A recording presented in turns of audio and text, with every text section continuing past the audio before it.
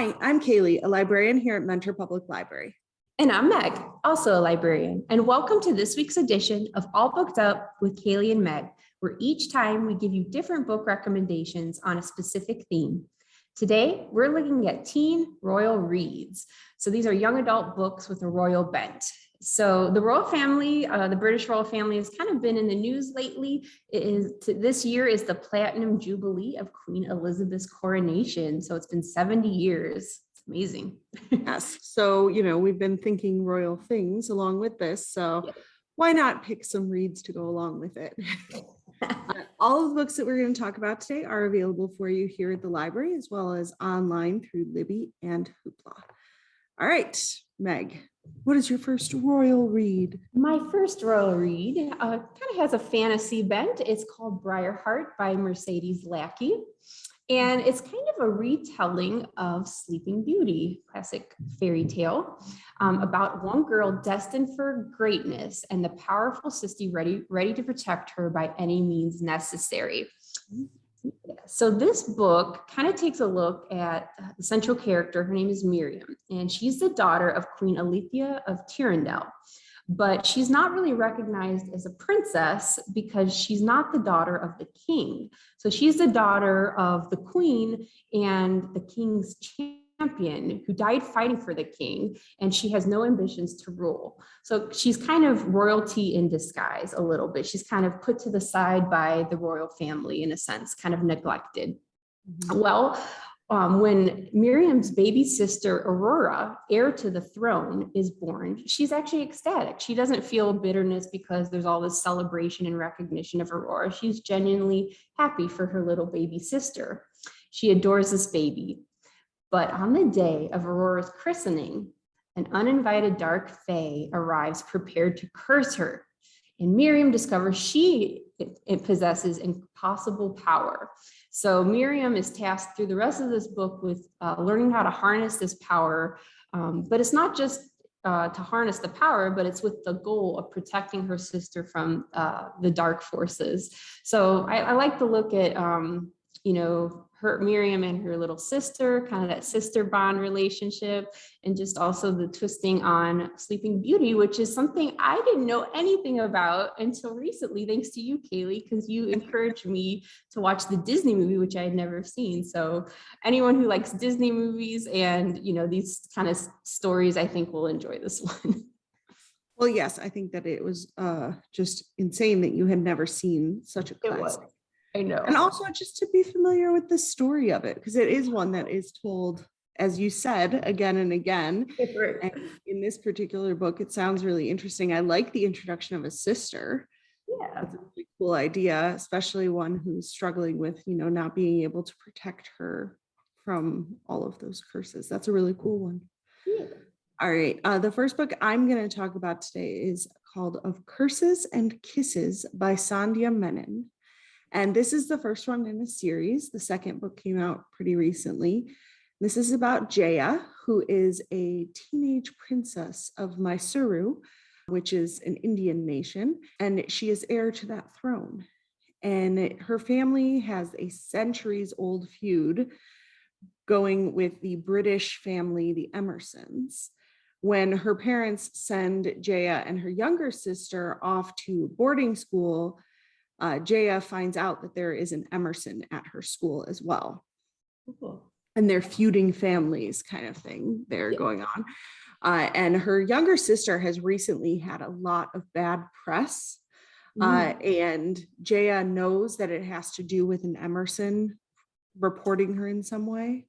And so she decides she's not just going to go to boarding school nice and quietly and be good. But, she is going to make the most of her time at St. Rosetta's International Academy and plots a little bit of revenge against the Emersons. So Gray Emerson is the miserable, brooding teenager who is cursed, literally, by Jaya's ancestors. Jaya's ancestors cursed the Emerson clan after they stole a sacred ruby from the temple during the time that India was under British rule. And now Gray a while later, generations later, is actually suffering the consequences of this. And he believes that this curse is going to kill him by the time he hits 18. So Jaya is convinced that Gray is just like all the other Emersons, and she's determined to take him down. Her plan is to make Gray fall in love with her, naturally, and break his heart. Oh, Should be pretty simple, right? But it would be easier if Jaya didn't find him so appealing. oh no. And there is no way, though, that either one of their families would actually accept any sort of bonds between Jaya and Gray. So there's a lot of layers happening here. Yeah. And it is, in fact, a bit of a loose, like Beauty and the Beast kind of retelling. Okay. So it kind of follows a lot of those same themes and stories that happen in, your traditional Beauty and the Beast tale. But there's a lot of different layers happening too. It's got a touch of magical realism to it. Okay. Curses, obviously. But it also is like very rooted in some of the real history with like the British Empire and conquering India and stealing a lot of their valuables. So it is a very unique tale, and it's one that I would be interested in continuing the story with too. Yeah, I like the idea of that. And also the school setting, like going off to boarding school and all that. That's kind of a fun setting for royalty mixed with the, opposing kingdoms and stuff. So sounds good. So speaking of like opposing kingdoms kind of forbidden, my next one is This Woven Kingdom by Tahereh Mafi. And this is the first in what will be, so I think only the first one's out right now, but it's planning to be an epic romantic trilogy inspired by Persian mythology. So we got a lot, focused on, British, history and royalty. I found this one kind of interesting. So it's specifically inspired by a Middle Eastern epic poem called Shahnameh, which tells a romanticized version of the history of the Persian Empire.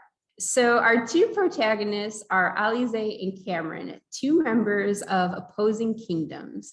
Now, Cameron is the prince of the current kingdom that's in power, and Alize is actually a poor servant.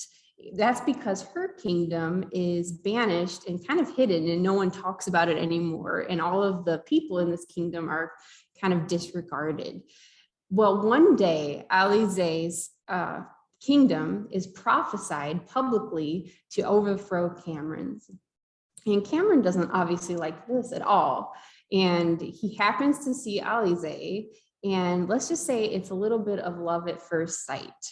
So there's obviously this immediate conflict of, he doesn't want his kingdom overthrown, but he's like madly in love with this girl right away. So what's going to happen? And I like how there are some hidden twists along the way. And of course, because it's the first in a trilogy, there is a cliffhanger at the end. So I won't spoil it, but you're going to want to find out how these two opposing people from these opposing kingdoms, will they end up together? And what is the fate of their society? Which kingdom's going to rule? So there's a little bit of epicness to it, and I like the the romance, I guess, too. Yeah, no, that sounds really cool. I love that sort of older stories that are then retold for our day now with, like you said, this was a Persian folktale, which is kind of a cool way to do a new tale on this, new spin, and have these more modern characters deal with whatever is coming up. So that's kind of cool. Yeah. All right. The next one I have is actually historical fiction. So this is based in fact, but a fictionalized tale. And this is called Fatal Throne. And it is written by Candace Fleming and 6 other authors, including M.T. Anderson, Jennifer Donnelly, and a few others. And this book is actually a fictional telling of the stories of the wives of Henry VIII. So it's not going to have a happy ending. No. Oh no. Yeah, what happens? Warning. Yeah. To anyone who may not know that history. um, so this book is really cool though, because each author wrote a first person narrative of one of Henry's wives. So each author takes on the voice of one of these women. And in between, we actually hear from Henry himself. So each woman has a chance to tell her story, and having a different author for each one really shows a unique voice for each individual woman. And the reader really gets to gain a lot of insight into how each woman wound up as a queen, her relationship with Henry, plus, of course, how it ended. And the book really kind of keeps you invested, even if you're familiar with the stories, which I think we all are at some point, to some amount. You're going to find out something new here. And the authors all give voice to these women who all were pretty young, because, you know, this was a while ago, and how they found themselves in this situation. And it really shows and emphasizes a lot the way that marriages were used for political purpose for these royal kingdoms back then, where it was all about, you know, finding the heir. And it keeps you very invested in the story, and it gives sort of a little bit of humor to some of Henry's misdeeds. This is definitely one that is written for teens, but I would say a little more upper high school kind of content wise, because this book is pretty true to fact, and there's some not so nice things that happened. But it's really great for teens who are just learning about the Tudors or learning about these royal lineages, to find out more about how this all went down, and about these women who, you know, were sort of doomed from the start once they were paired up with Henry VIII. I think it's also a good one if you, like me, are excited to find out that the Broadway play Six, which is about the wives of Henry VIII, is coming to Cleveland next year. So if you're excited like me for that one, this might be a good thing to kind of give you a little prep before you go see the play next summer. And, you know, I think when we talk about royal reads, the ones we talked about prior to this were all fictionalized. This one is based in fact, very well researched. And I think sometimes, you know, those true stories are the ones that are the craziest, but it is still a fictionalized tale. Yeah. Wow. That's crazy. I love that. I didn't know that about the Broadway play either. That's exciting. It was just announced this month. Okay, cool. Yeah, that sounds really good. And, you know, we always talk about, you know, Henry VIII, his wives. Well, I like that it gives more voice to them, more focus on them, and kind of, you know, how they felt about it. You know, sure, none of them really liked him too much. It's going to be my guess, but that sounds really good. And I like that. To find out more. Read to find out more. But yeah, I really like that. And I like that even though it's fictionalized, it's still rooted in reality, like you said. So it sounds like a really good one. All right. Thank you guys so much for sticking with us for our royal reads. We hope you were inspired to check some of these out in celebration of all things royal. Yes. And join us next time. Happy reading.